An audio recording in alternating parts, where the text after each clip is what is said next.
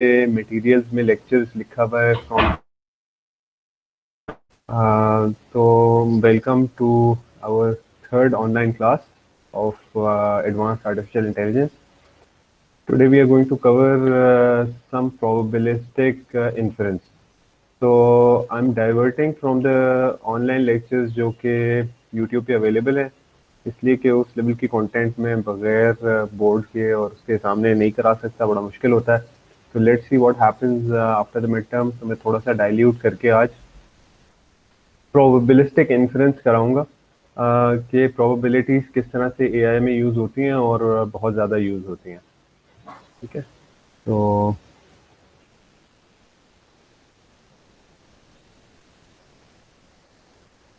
Notes उसी तरह से लेते रहें आप लोग जिस तरह से पहले लेते रहें, और फ़ायदा इसी में होगा अगर आप साथ साथ क्वेश्चंस कर.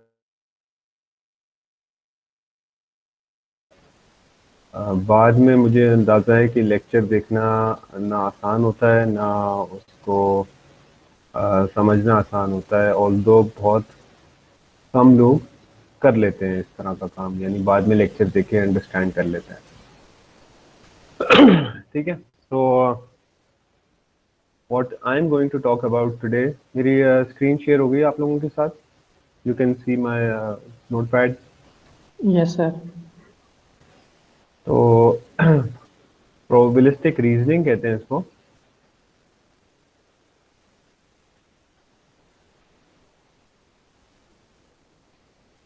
इस टॉपिक को जो हम 2 दिन में कवर करेंगे. तो first of all I will be talking about probabilistic inference.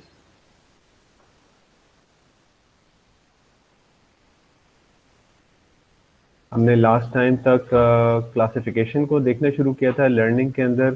तो I am going to try to relate that कि प्रोबेबिलिटीज उधर कैसे ऑफ प्रोबेबिलिटी कवर करूंगा.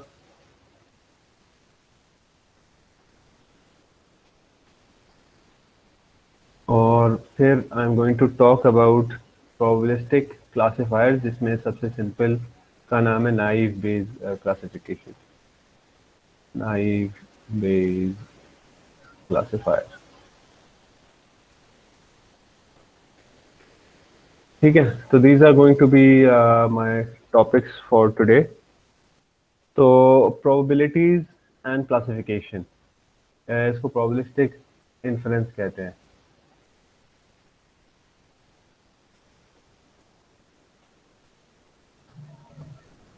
Excuse me sir. जी बेटा. सर मैं कुछ लास्ट लेक्चर से क्वेश्चन करना चाहता हूँ बिफोर मूव ऑन. जी जी पूछें. सर एक्चुअली मुझे 2 क्वेश्चन पूछने थे. एक तो हम जो एक्यूरेसी कैलकुलेट कर रहे थे, एक तो मल्टी क्लास क्लासीफायर में, हम्म. और उससे पहले जो हम बीटा और अल्फा जो चीज़ कह रहे थे वो मुझे नहीं समझ आई कि हम बीटा और अल्फा किस चीज़ को कह रहे हैं. अच्छा. उसके बाद जो मल्टी क्लास क्लासीफायर में एक क्वेश्चन था कि फॉर एग्जांपल अगर डायगोनल की वैल्यू 0 हो जाए, hmm. Then what we call that accuracy या वन मेयर जो कर रहे थे हम उसमें. अगर बीटा जो है 0 हो जाए. नो सर, वो पहले वाले उसमें था जो हम वी कॉल और F1 मेयर कर रहे थे एक सिंपल क्लास में. हाँ हाँ. अल्फा और बीटा कैलकुलेट कर रहे थे. और सेकंड हमने मल्टी क्लास में देखी थी, हमने एक्यूरेसी को किया था कि हम डायगोनल की जो वैल्यूज होती हैं वो होती है हमारे पास जो एक्यूरेट होती हैं. अच्छा, अच्छे क्वेश्चन हैं ये. वैसे आज के एंड में अगर आप पूछ लेते तो बहुत अच्छा होता. आज थोड़ा सा रिलेटेड काम ही, बल्कि जितनी हमारी बाकी क्लासेस हैं, जो रिमेनिंग क्लासेस हैं हमारी मिड के बाद भी जो होंगी फाइनल तक, उनमें सब में लर्निंग ही होगी. तो वैसे तो ये सवाल किसी भी क्लास में रिजॉल्व हो सकता है, और यानी आज की क्लास के एंड में भी थोड़ा सा पूछ लेगा. मैं थोड़ा सा कोशिश करूंगा कि दरमियान में इसको कवर करूं. ठीक है, ठीक है सर.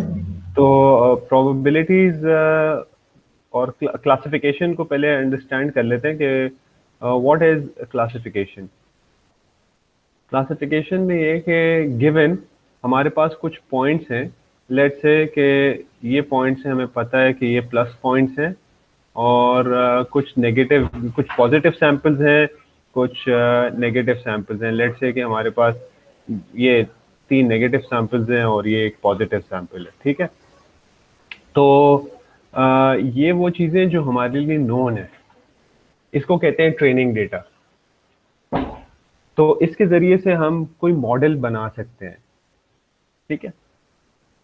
अब हमारे पास लेट सपोज कि एक नया सैंपल आता है, लेट्स से कि वो ये डॉटेड है, जी हाँ, बीच में पड़ा। अब क्वेश्चन ये है कि is this a positive sample और is it a negative sample, question mark है, ठीक है। तो इसको कैसे हम डिटरमिन कर सकते हैं? इसके बहुत सारे तरीके हैं।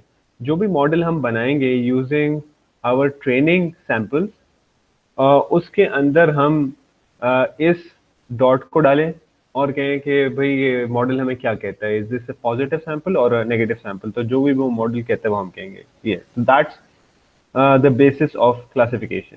और इस तरह के मैं बहुत सारे डॉट्स बना दूं तो फिर वो एक्यूरेसी और उसमें आ जाएगा, क्योंकि यहाँ एक टेस्ट सैंपल के साथ तो या तो हमारी एक्यूरेसी और F1 वगैरह वो सारा 100% होगा अगर हम सही हैं, या फिर वो 0% होगा, ठीक है, जो सवाल फरजाद ने किया। तो बहरहाल प्रोबेबिलिस्टिक रीजनिंग में कुछ ऐसा होता है कि we assign a probability to this sample. तो मैं उसको इस तरह से लिखता हूँ, we calculate the probability of this sample being positive, और उसको मैं इस तरह से लिख देता हूँ कि व्हाट इज द प्रोबेबिलिटी कि ये सैंपल पॉजिटिव है। On the other hand, I will also be calculating a probability of this sample belonging to the negative class, और मैं उसको इस तरह से लिख देता हूँ, सही। And I read this as the probability of the sample being positive, या फिर हम ये भी कह सकते हैं what is the probability of this positive class existing given this sample, right? And the same thing goes for this one, कि भाई what is the probability of the negative class given this sample, ठीक है। तो हम लोग फिर determine कैसे करेंगे कि भाई ये पॉजिटिव सैंपल है या नेगेटिव। तो इफ वी फाइंड के जो probability of this sample being, और मैं ब्लू में बना रहा हूँ लेकिन I am referring to this sample, the probability of this sample being positive is greater than its probability of being negative, तो हम कहेंगे कि it's a positive sample, otherwise हम कहते हैं कि it's a negative sample, ठीक है। तो ये है प्रोबेबिलिस्टिक रीजनिंग। कोई भी सैंपल आता है हमारे पास, हम उसकी प्रोबेबिलिटीज कैलकुलेट करते हैं कि एक क्लास में बिलोंग करने की प्रोबेबिलिटी उसकी क्या है, या उसकी दूसरी क्लास में बिलोंग करने की प्रोबेबिलिटी क्या है, और जिस चीज़ की प्रोबेबिलिटी ज़्यादा होती है उस क्लास को हम असाइन कर देते हैं, ठीक? तो दैट्स द बेसिक आइडिया। अब द क्वेश्चन इज कि how do we calculate these probabilities, how can we calculate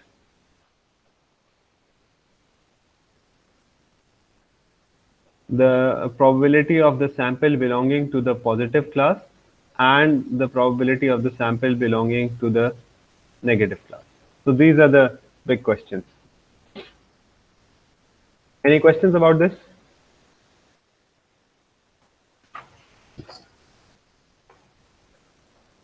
No, sir. अच्छा, तो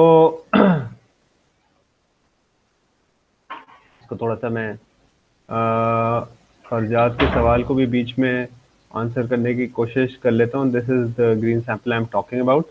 लेट्स से कि हमारे पास यहाँ पे 3 सैंपल्स होते हैं जिन्हें हमने क्लासिफाई करना है, और हम एक मॉडल तैयार करते हैं एम, जिसको जब हम ये सैंपल देंगे तो वो हमें बताए कि भाई is this a positive sample और a negative sample. ठीक है, अब इस मॉडल को हमने पहले भी देखा था।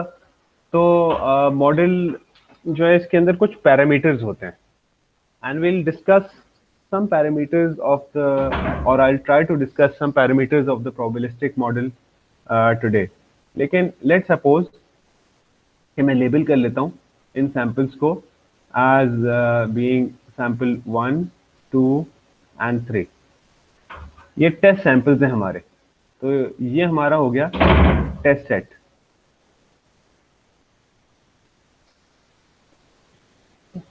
तो टेस्ट सेट में अगर ऐसा होता है कि दो सैंपल्स करेक्टली आइडेंटिफाई हो जाते हैं, तो दो के आंसर्स करेक्ट निकलते हैं हमारे इस मॉडल से और एक का आंसर गलत निकलता है, तो हमारी एक्यूरेसी बनेगी उस हिसाब से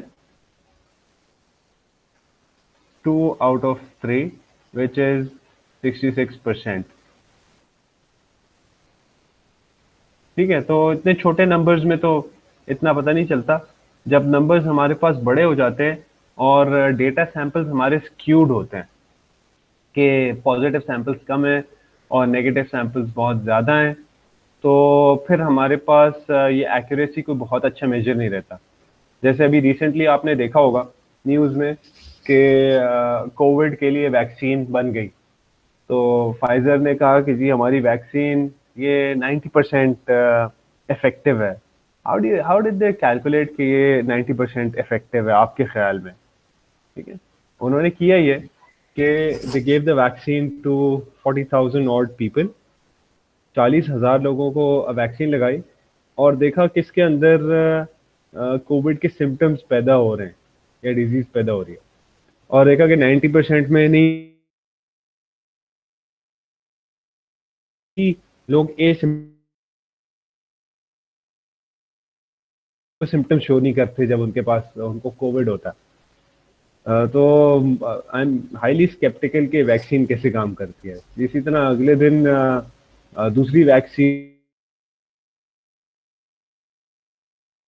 सेम थ्योरी अप्लाइज।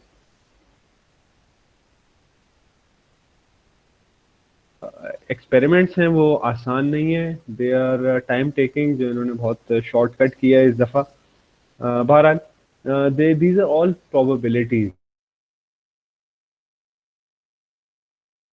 हैं एक चीज़ के होने के और क्या चांसेस हैं दूसरी चीज़ के होने के। अच्छा तो फरजाद, एक दफ़ा मुझे सवाल बताना कि आपका F1 स्कोर, अच्छा F1 स्कोर के बारे में जो क्वेश्चन था वो अल्फ़ा बीटा का था। तो आपको अभी वैसे मेरा नहीं ख्याल कि इस लेवल पे इस बात की कंसर्न होनी चाहिए कि अल्फ़ा बीटा की वैल्यूज़ क्या हैं। You just need to consider कि F1 score is essentially the harmonic mean of the two values, which is 2PR over P plus R, जहाँ पे precision और recall है। तो that's all you need to understand।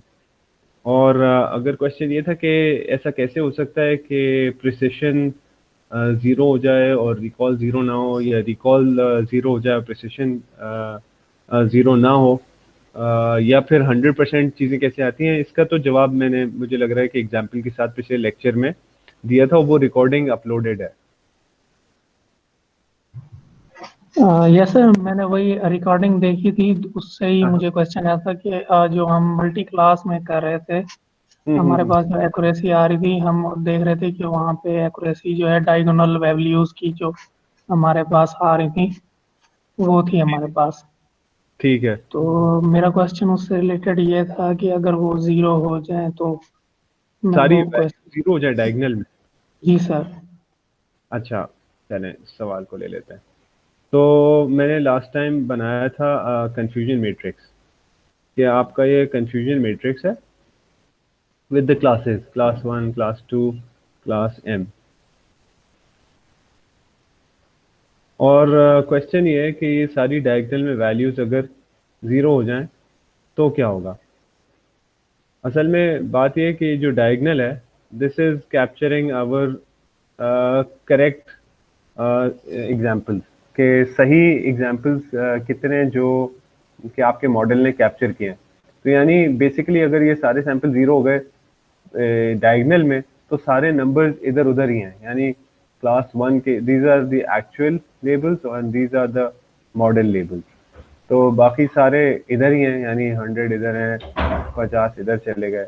और इसी तरह actual label जिसका C1 है, वो आपके मॉडल ने क्लासिफाई कर दिया एज अदर क्लासेस। ठीक है, तो आपके डायगोनल में 0 आ गया। फिर क्या होगा? फिर ये होगा कि आपकी एक्यूरेसी यहाँ तो 0% हो जाएगी, बल्कि आपकी जो प्रिसिशन और रिकॉल है वो भी 0% ही हो जाएगी, क्योंकि not capturing any of the correct samples. और जैसे जैसे नंबर बढ़ते जाते हैं, आपकी प्रिसिशन और रिकॉल थोड़ी थोड़ी सी बढ़ती जाएगी। ठीक है, और कोई सवाल इसके बारे में? नहीं सर, क्लियर। चलो ठीक है। Let's cover some basics of probability. And we are talking about statistical probability, कि हमारे पास कुछ इवेंट्स होते हैं, वो इवेंट्स हैं जिसकी प्रोबेबिलिटी हम कंप्यूट करना चाहते हैं यूजिंग पास्ट डेटा। सही है। फॉर एग्जांपल कौन है यहाँ पे? उमेर है? अच्छा, साद तो है। चलो लेट सपोज साद है। मैं कैप्चर करता हूँ साद के इवेंट्स को। एक सिंपल इवेंट ले लेता हूँ साद का, कि ये साद मेरे साथ होता है, तो पिछले 2 दिनों में कितनी नमाजें पढ़ी साद ने। क्योंकि प्रोबेबिलिटी में जिस तरह के सवाल सॉल्व किए जाते हैं ना, उससे मुझे तो नहीं समझ में आती थी कभी, लेकिन इस तरह से समझ में आती है। तो साद ने पिछले 2 दिनों में ना कितनी नमाजें पढ़ी। लेट सपोज के ये इवेंट्स मैं लिख रहा हूँ 1 2 3 4, और ये दिन के टाइम है। 5 नमाजें पढ़ी, और फिर इसका मतलब है कि 5 नमाजें रह गई, तो दिन के टाइम के हिसाब से। तो 5 नमाजें पढ़ ली, 5 नमाजें रह गई। तो क्या प्रोबेबिलिटी है कि साथ नमाज पढ़ता है, given this is our event space? क्यों भाई? हमारी ये इवेंट्स की स्पेस है, और व्हाट इज द प्रोबेबिलिटी के साथ नमाज पढ़ता है? क्यों भाई? 5/10 में भी। 5/10, दैट्स राइट। टोटल इवेंट्स जो मुझे नज़र आ रहे हैं वो 10 है, और उसमें से 5 पॉजिटिव इवेंट्स हैं जिसको मैं कैप्चर करना चाह रहा हूँ। तो this probability is 1/2, which equates to 0.5 या 50%। ठीक है, और प्रोबेबिलिटीज जनरली 0-1 के दरमियान में लिखी जाती हैं, और परसेंटेज के हवाले से हम इस तरह लिखते हैं कि हमारे लिए समझना आसान हो जाता है। तो इस तरह से हम प्रोबेबिलिटीज को देख लेते हैं। अच्छा, there are these events may not be independent, कि एक ही किस्म के इवेंट हो रहे हैं, और हो सकता है कि 2-3 किस्म के इवेंट साथ साथ हो रहे हो। तो हम ये भी जानना चाहते हैं कि इवेंट्स एक दूसरे पे डिपेंडेंट हैं या नहीं है। लेट सपोज कि मैं कुछ और इवेंट्स भी लेता हूँ, जैसे मेरा साथ को कहना कि भाई चलो नमाज के लिए। तो कितनी दफ़ा क्या ये इससे इफेक्ट होता है कि साथ नमाज पढ़ता है या नहीं? तो लेट सपोज कि मैंने भी कोई साथ को कि भाई नमाज पढ़ने चलो, और लेट सपोज के ये वो इवेंट्स हैं जो मैं इधर लिख रहा हूँ। ये 2 दफ़ा मैंने साथ को कहा कि नमाज पढ़ने चलो, बाकी मैं नहीं कहा। तो अब कोई रिलेशनशिप है, इससे कोई फ़र्क पड़ता है? तो इसको भी हम प्रोबेबिलिटी में कंसिडर करते हैं। तो I write down some axioms of probability. Axioms का मतलब होता है बिल्कुल ही जो बेसिक्स हैं जिसके ऊपर सारी प्रोबेबिलिटी थ्योरी स्टैंड करती है, उनको एक्सियम्स कहते हैं। खैर, these are the topics that I'll be trying to cover in terms of basic probability, axioms of probability. वैसे मैं अज्यूम कर रहा हूँ कि आप लोगों ने कोई ना कोई प्रोबेबिलिटी और स्टैटिस्टिक्स का कोर्स पढ़ा हुआ होगा अंडर ग्रेड में कहीं ना कहीं, वरना अभी तो कुछ ना कुछ आप पढ़ ही रहे हैं डॉक्टर हमाद से। अच्छा, एक्सियम्स ऑफ प्रोबेबिलिटी के बाद जो दूसरी चीज़ इंपॉर्टेंट है जो मैंने यहाँ पे डिस्क्राइब भी की, इट्स कॉल्ड कंडीशनल प्रोबेबिलिटी। और जैसा कि आपको पता है प्रोबेबिलिटी थ्योरी बहुत ही बड़ी थ्योरी है और बाकायदा 2-3 कोर्सेज होते हैं इसके अंदर बड़े बड़े और कई किताबें हैं। तो I will only be covering those aspects जिसकी मुझे ज़रूरत है for this piece of probabilistic reasoning. तो axiom of probability will lead to conditional probability. फिर एक प्रोबेबिलिटी का चेन रूल है that's related to the conditional probability. Conditional probability के साथ इंडिपेंडेंस है कि if there two events are they dependent और इंडिपेंडेंट, और फिर कंडीशनल इंडिपेंडेंस भी है।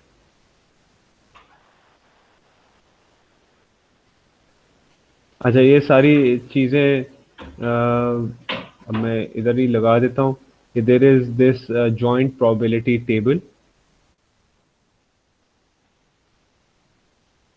जो कि कंस्ट्रक्ट कर सकते हैं हम देखने के लिए कि इवेंट्स किस तरह से रिलेटेड है। तो जॉइंट प्रोबेबिलिटी टेबल को शायद मैं पहले बना लेता।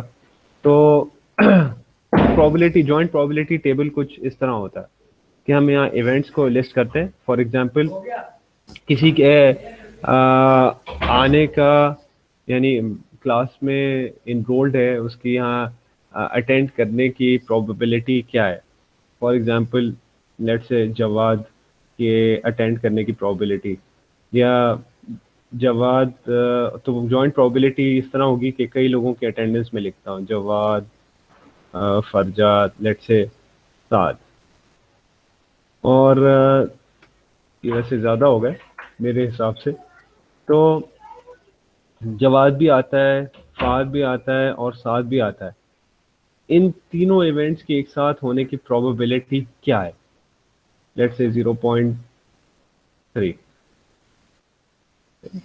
जिसका मतलब कुछ ये होगा कि if I have 10 observable events, 10 events मैंने देखे, तो 3 में, यानी 10 दफ़ा मैंने अटेंडेंस ली क्लास की, तो 10 में से 3 ऐसे थे जिसके अंदर तीनों अटेंड कर रहे थे क्लास।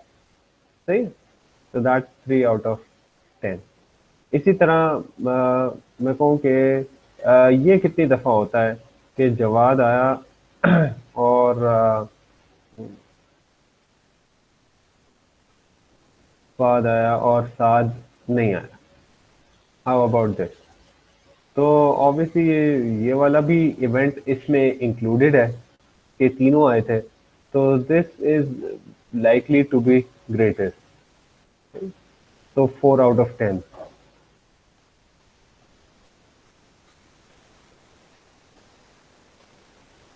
सही है ना? नहीं, ये ऐसा नहीं है, कम भी हो सकता है। तो इसको कर लेते हैं 0.2 कि 2 दफ़ा 10 में से ऐसा होता है। या इसी तरह देर आर 8 पॉसिबिलिटीज बिकॉज ये 3 इवेंट्स जिनको हम देख रहे हैं। तो the last one would be वो केस जिसमें तीनों ही नहीं आए, और लेट सपोज कि ये कभी भी नहीं हुआ।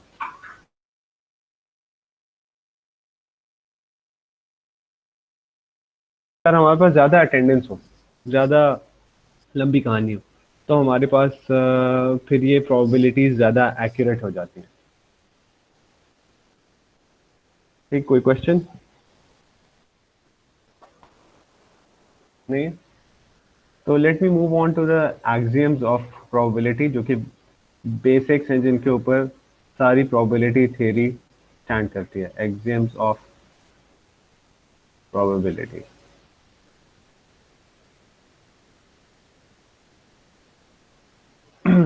नंबर वन एक्सियम ये है कि probability of any event A should be in between 0 and 1। तो सारे के सारे इवेंट्स 0 और 1 के दरमियान में होने चाहिए, और वो कुछ ऐसे कंप्यूटेड है।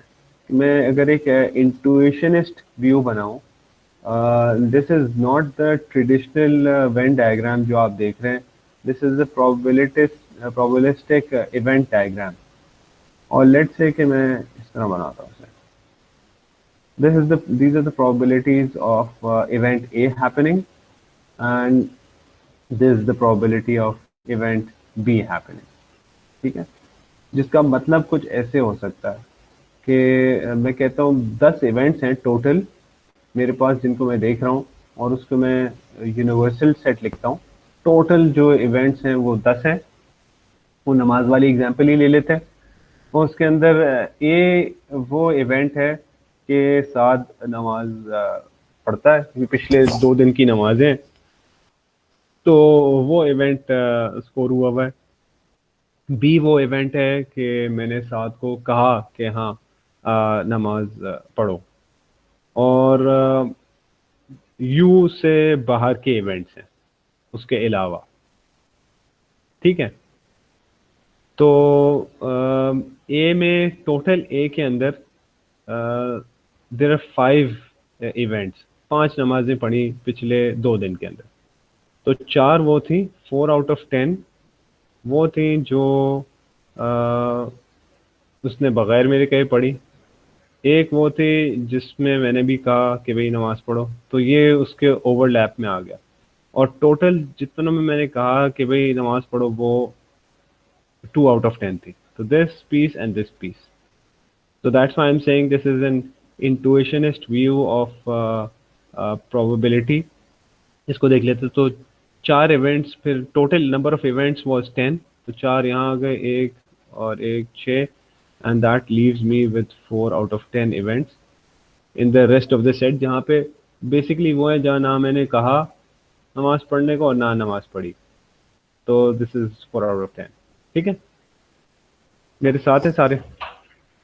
तो probability of an event, let's say probability of an event A is basically whatever is the size of A in this intuitionist view and the size of the universal set। तो इस A के अंदर जितना mass है which is 4/10 plus 1/10 which is 5/10, sorry 5/10, हाँ। और फिर u is basically 1। सही, जिस तरह से हम देख रहे हैं, this is the sum of all these event probabilities. तो ये हमारे पास बन जाएगा अगेन 1/2। ठीक है, तो दैट्स एक्सियम 1 ये है कि प्रोबेबिलिटी हर इवेंट की बिटवीन 0 एंड 1 ही होनी चाहिए। The second axiom is the probability of the true event is 1 and the probability of the false event is 0। ठीक है, तो this is 0। ऐसा ना आप 6 समझे। The third axiom तो जरा गौर से समझें कि what is the probability of event ए और इवेंट बी। तो इसको मैं लिख देता हूं पहले, और फिर हम डिटरमिन कर लेंगे कि ये ऐसा क्यों है। This is the probability of, या किसी को समझ में ना आए तो पूछ ले, this is the probability of event A plus the probability of event B. ठीक है, minus the probability event A and B happening together। So this is the third axiom कि इन दोनों के अलग अलग होने की प्रोबेबिलिटी यानी कंबाइन करें तो क्या होगी। It's not the probability of this and, इन दोनों के एक साथ होने की probability I am writing with this and और ए और बी की प्रोबेबिलिटी को मैं और के साथ लिख रहा हूँ, ये बी सिंपल के साथ। जो एंड है, it's this probability, this in the middle, ये जो इंटरसेक्शन है, this is the probability of A and be happening together, which is 1/10। ठीक है, कोई questions? And these are the three basic axioms of probability. कोई questions नहीं है तो I'll move on to conditional probability. वैसे मैं एक्सपेक्ट कर रहा था कि कोई क्वेश्चन होगा, लेकिन अगर जाग रहे हैं आप लोग तो पूछ सकते हैं।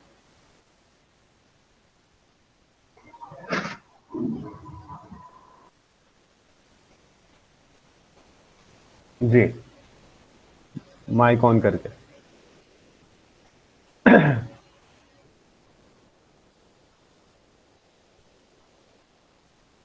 कंडीशनल प्रोबेबिलिटी का रूल कुछ ऐसे है कि what is the probability of event A given the event B. So this is equal to the probability of A and B happening together divided by the probability of event B. सही। तो इसका इंटुइशनिस्ट view में बना के दिखा देता हूँ जी। ये एक मिनट दोबारा बताना, the probability of A such that B has already occurred. इसको इस तरह से कहेंगे कि the probability of A given that B is already known to be true. It already has occurred. हाँ, ऑलरेडी अकर्ड कह सकते हैं, हाँ बिल्कुल। जनरली इसको कहते हैं गिवन बी। तो इसका मतलब कुछ ऐसा है, इंट्यूशनिस्ट व्यू अगर मैं बनाऊं तो let's say this is A and this is the event B, and you know कि this is the space where you have A and B happening together. So this is that probability. Okay. So here what we are doing is we are taking this space जो के ऊपर लिखा हुआ है and the probability of A and B and dividing it by this entire B.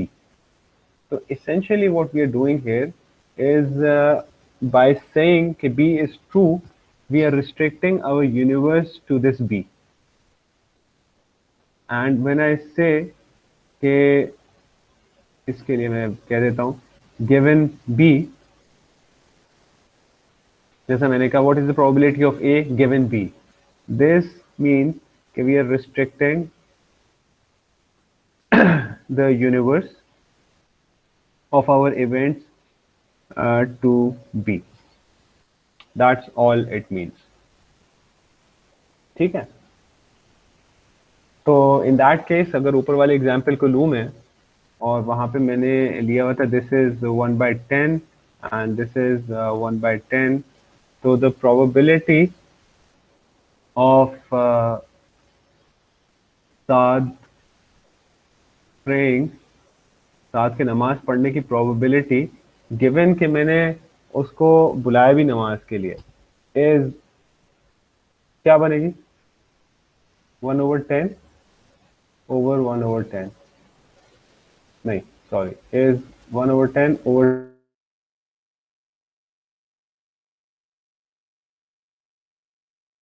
sum. So this becomes 1/2 or 50%, right? So from this axiom या conditional probability की definition से I can also say कि the probability of event A and B happening is actually equal to the probability of A given B multiplied by the probability of B. तो simple इस equation को मैंने दिया है और B को मैं इस साइड पे ले गया हूँ और कंडीशनल प्रोबेबिलिटी के साथ मल्टीप्लाई कर दिया। And this is going to be an important formula जिसे हम यूज करते हैं आगे इन द चेन रूल। तो चेन रूल की इंट्यूशन क्या है? If this is the case कि the probability of two events happening together can be written as the probability of A given B multiplied by the probability of B. So there's a multiplication here. So what is the probability of A and B and Z? Let's say एक और event है Z. तो इन तीनों के साथ होने की probability क्या होगी? Let's say Z is something like this. And that brings us to the chain rule of probability. और उसकी डेरिवेशन कुछ ऐसे है, लेट से कि हम कहते हैं late y be B and Z, तो that would mean कि probability of A and B and Z becomes the probability of A and Y, ठीक है। और जब हम इसमें कंडीशनल प्रोबेबिलिटी वाला रूल लगाते हैं तो that would become probability of A given Y multiplied by the probability of Y, right. तो that would be the probability of A given, और फिर सब्स्टिट्यूट कर लेते हैं B and Z multiplied by the probability of B and Z, ठीक है। and that makes it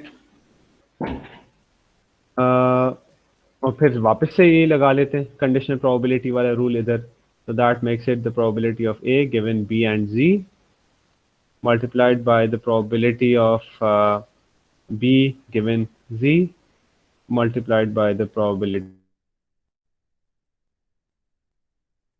तो अगर इसी को एक्सट्रापोलेट करूं तो that brings us to the chain rule, and the chain rule states कि the probability of multiple events, let's say x1 and all the way to xm would actually be can actually be defined as the multiple of the probabilities, the conditional probabilities of any xi given x of I minus 1 all the way to x of 1,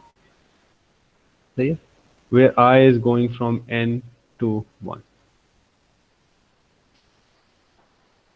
ठीक है। तो chain rule ये मैंने ऊपर जो 3 के लिए करके दिखाया, इसको एक्सट्रापोलेट कर दिया फॉर m वेरिएबल्स।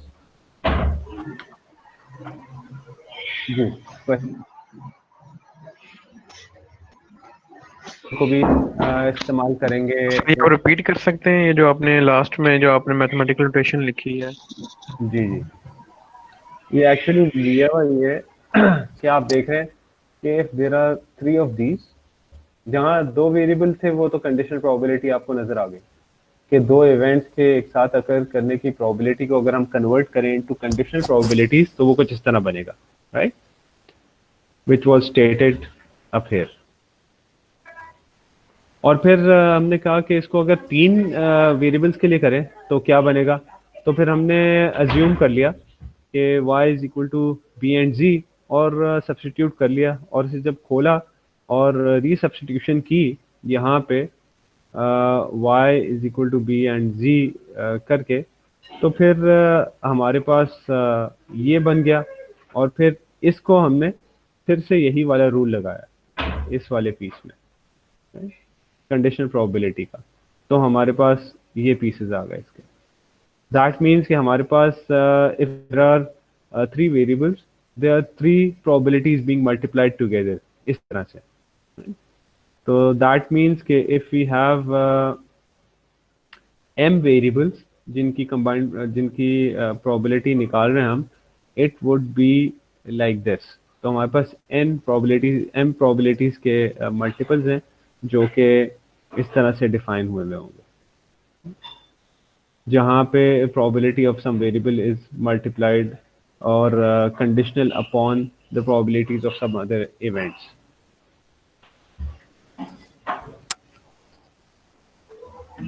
ठीक है? तो सर ऐसा कह सकते हैं कि हम ये जो एक ही इवेंट की कराने की प्रोबेबिलिटी है और बी और जी दोनों पे डिपेंडेंट है, या बी की जो प्रोबेबिलिटी है। बिल्कुल इसी तरह की बात है। तो जब हम यहाँ पे कह रहे हैं कि what is this, this is the probability of A given that B and G are both true. ठीक है, तो इसको मैं इस यूनिवर्स में बनाता हूँ कि व्हाट इज दिस, स्टार लगा देता हूँ, what is the probability of A given B and G. तो वो इस डायग्राम में किधर होगा, this is the probability of A जो ए के अंदर है, given B is true and G is true. तो वो मेरे पास ये वाला खाना बनेगा, जिसे मैं लाइट ब्लू में हाईलाइट कर रहा हूँ, क्योंकि this is where both B and Z are true and I want to figure out the probability of A. तो वो ये पीस बन गया। ठीक है, तो let's move on to independence.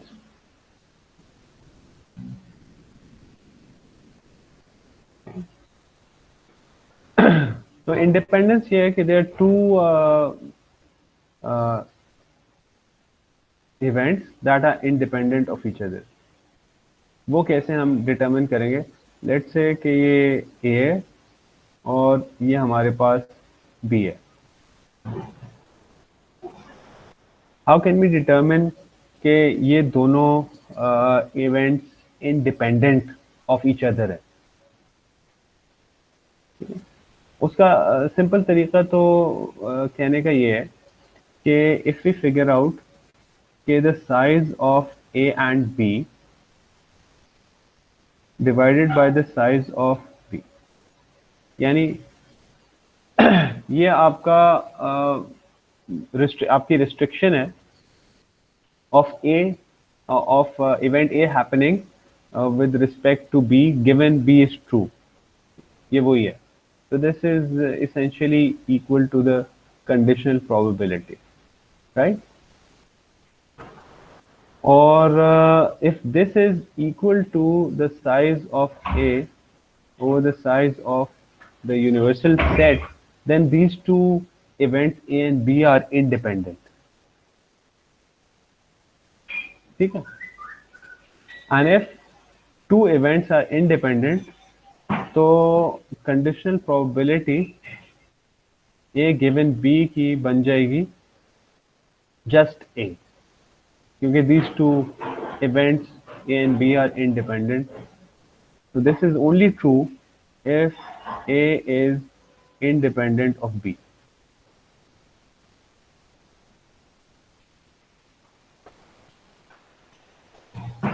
ठीक है, समझ रहे हैं मेरी बात आप? तो फॉर एग्जांपल वही वाला एग्जांपल लेते हैं नमाज वाला, कि 10 नमाजों को हमने स्टैटिस्टिकली एनालाइज किया, काउंट किया कि कितनी नमाजें पिछले 2 दिन में साथ में पढ़ी। तो साथ हो सकता है तुमने पूरी पढ़ी हो, लेकिन 4 आउट ऑफ 10 वो थी जो खुद से पढ़ी, 1 आउट ऑफ 10 वो हैं जिसमें मैंने भी कहा, 1 आउट ऑफ 10 एक और नमाज है जिसमें पढ़ी नहीं लेकिन उसमें कहा जरूर नमाज पढ़ने के लिए। और इसी तरह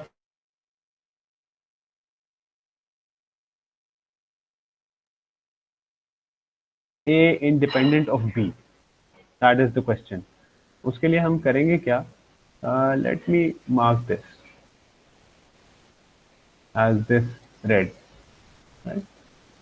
तो हम क्या करते हैं कि वी टेक द प्रोबेबिलिटी, जो कि हमने इस तरह लिख देता हूँ मैं, what is the probability of A, this is the probability of this A event happening, जो कि ब्लू सर्कल के अंदर, divided by the probability of u, वो तो 1 है, और उसके बाद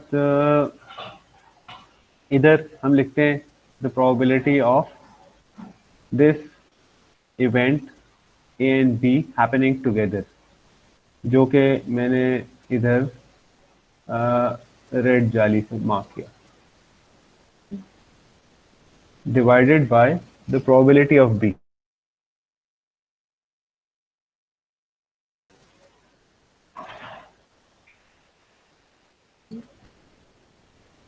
तो if these two values are equal, इसका मतलब ये होगा कि ये A और B इंडिपेंडेंट है, तो उसको कैलकुलेट कर लेते हैं। तो the probability of these two events happening together is 1/10 divided by the probability of B, which is 2/10, is equal to the probability of check करते हैं, तो क्वेश्चन मार्क है कि is it equal or not, the probability of event A happening, which is 5/10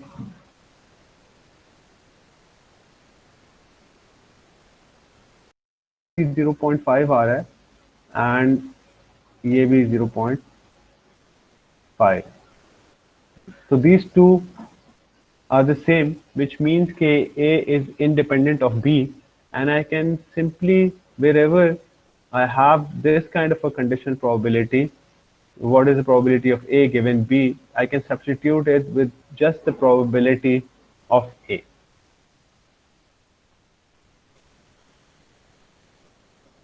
ठीक है, questions?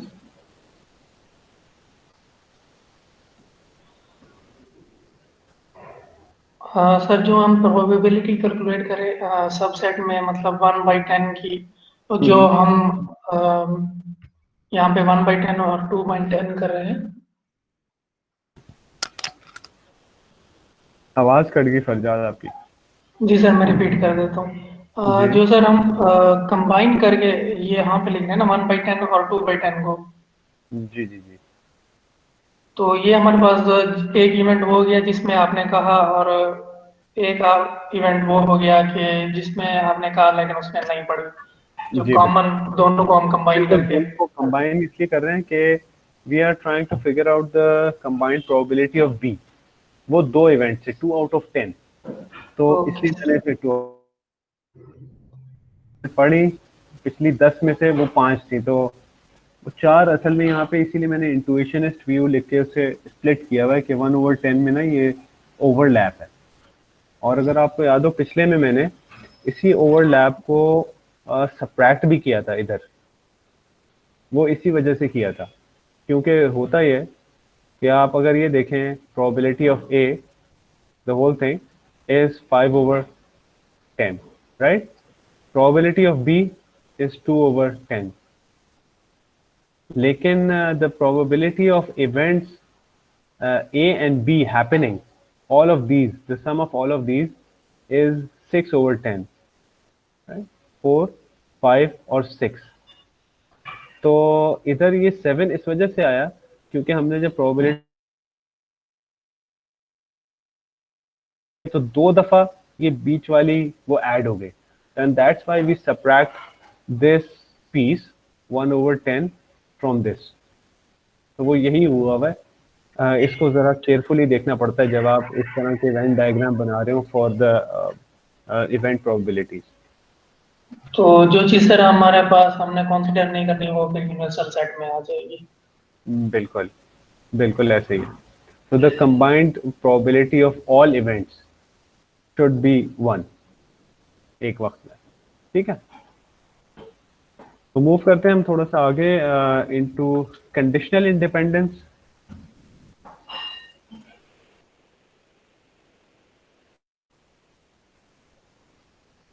और idea इसके पीछे कुछ यूं है कि इफ, और ये इक्वेशन पहले लिख लेता हूँ, the probability, what is the probability of A given B and G, इसके अंदर से if A is independent of B, तो हम b को काट सकते हैं, यहाँ से हम b को काट सकते हैं और हम कह सकते हैं कि this is equal to the probability of a given z। सही। तो कंडीशनल इंडिपेंडेंस कुछ इस तरह इंडिपेंडेंस से भी रिलेटेड है। तो इसका भी एक इंट्यूशनिस्ट व्यू बना लेता हूँ मैं, अभी तक बना ही रहा हूँ। तो लेट्स से दिस इज, और अब सर्कल भी टेढ़े हो गए, लेट्स से कि this is a and this is b, and let's say कि this is our z। ये एक तीसरा इवेंट है। तो यहाँ पे क्वेश्चन कुछ यूं है कि what is the probability of a given b and g। सही। b एंड g का मतलब ये होता कि इट्स दिस स्पेस जो मैं लाइट ग्रीन में लिखता हूँ, b एंड g टुगेदर, वो ये वाला हाफ सर्कल बनता है, राइट, हाफ सर्कल या जो भी आप पीस कह लें, इट्स दिस पीस। अब हम ये कह रहे हैं कि the probability of a given this, और गिवन कि a इज इंडिपेंडेंट ऑफ, अच्छा तो पहले मैं लेबल लगा लेता हूँ कि दिस पीस हेयर जो इधर आ रहा है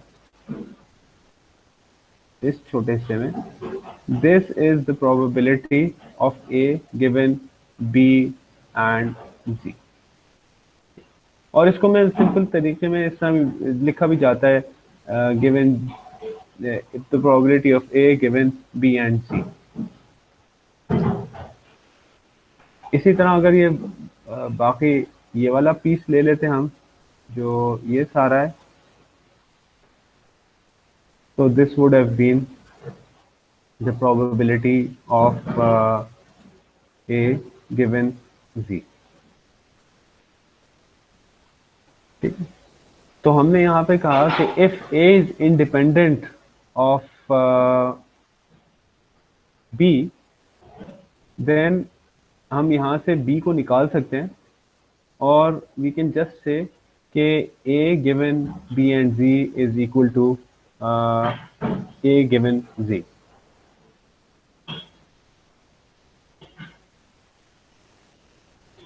दिस वुड ऑल्सो मीन कि असल में कहानी ये हुई, जो मैं ब्लू में लिख देता हूँ, कि the probability of b given z is actually 1,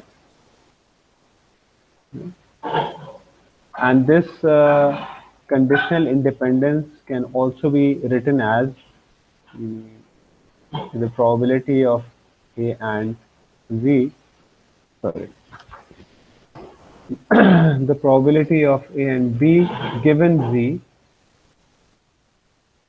would become equal to the probability of a given z multiplied by the probability of b given z।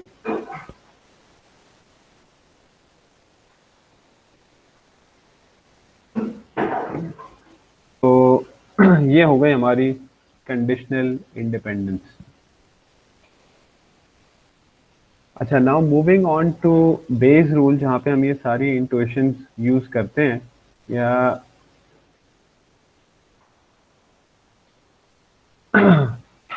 उसमें जो बेस रूल है वो इस्तेमाल करता है इस प्रोबेबिलिटी को, the probability of a and b happening together is actually or can also be written as the probability of b and a।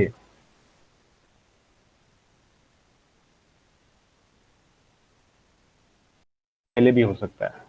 तो दिस मीन्स कि अगर हम इस प्रोबेबिलिटी को, इस जॉइंट प्रोबेबिलिटी को कन्वर्ट करें इनटू कंडीशनल प्रोबेबिलिटीज, तो ये वाली साइड, राइट हैंड साइड, ये बनेगी probability of a given b multiplied by the probability of event b, और इसी तरह ये राइट हैंड साइड, इसकी ये बनेगी the probability of b given a multiplied by the probability of a, right. तो इस बेसिस के ऊपर हम लोग ये लिख सकते हैं कि the probability of A given B is equal to the probability of B given A multiplied by the probability of A divided by the probability of B. So this is known as the Bayes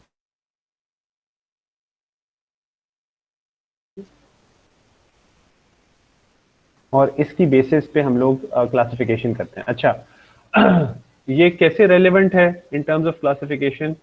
अगर आपको याद हो, मैंने शुरू में class के शुरू में इस तरह से एक डायग्राम बनाया था। There let's suppose these positive samples and there are some negative samples जो इस तरह से हैं, and then we have this sample somewhere, let's suppose here या कहीं और, and we want to figure out its probability. What is the probability of this sample belonging to the positive class known के हमारे पास ये sample है, this is our sample और इस तरह से मैंने बनाया। तो this is a conditional probability. This thing here is our evidence of the point के इस डेटा की एविडेंस जो कि फीचर्स हो सकते हैं इस पॉइंट के, और जनरली हम फीचर्स ही लेंगे इस डेटा पॉइंट के। तो मैं लिख देता हूँ features of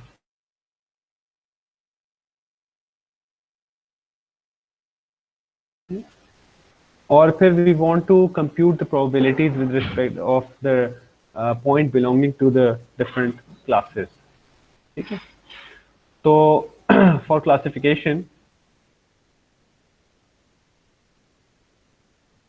we need to figure out these probabilities, the probability of the point of the positive class given the point and the probability of the negative class given this point। और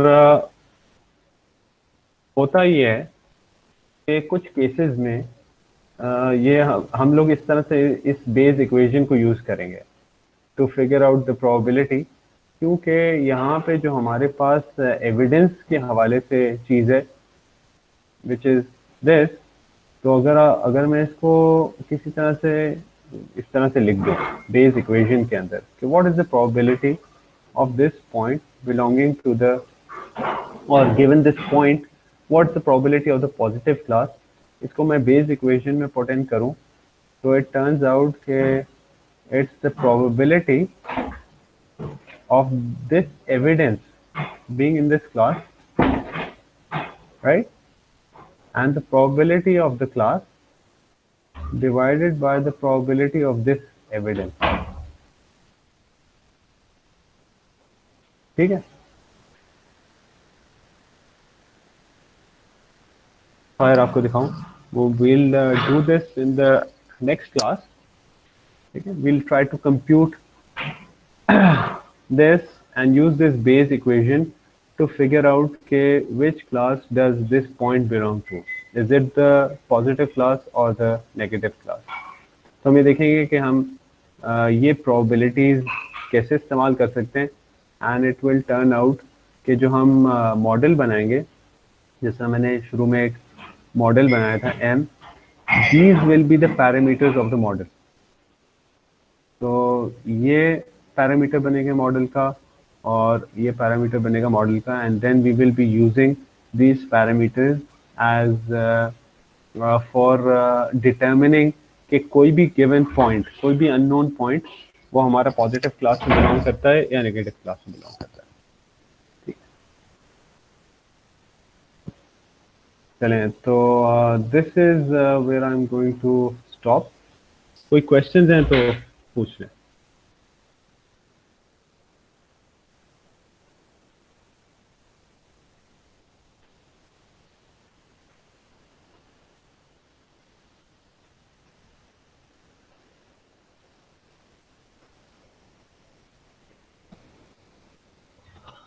excuse me sir. जी बेटा। Sir मैं ये पूछना था इसको हम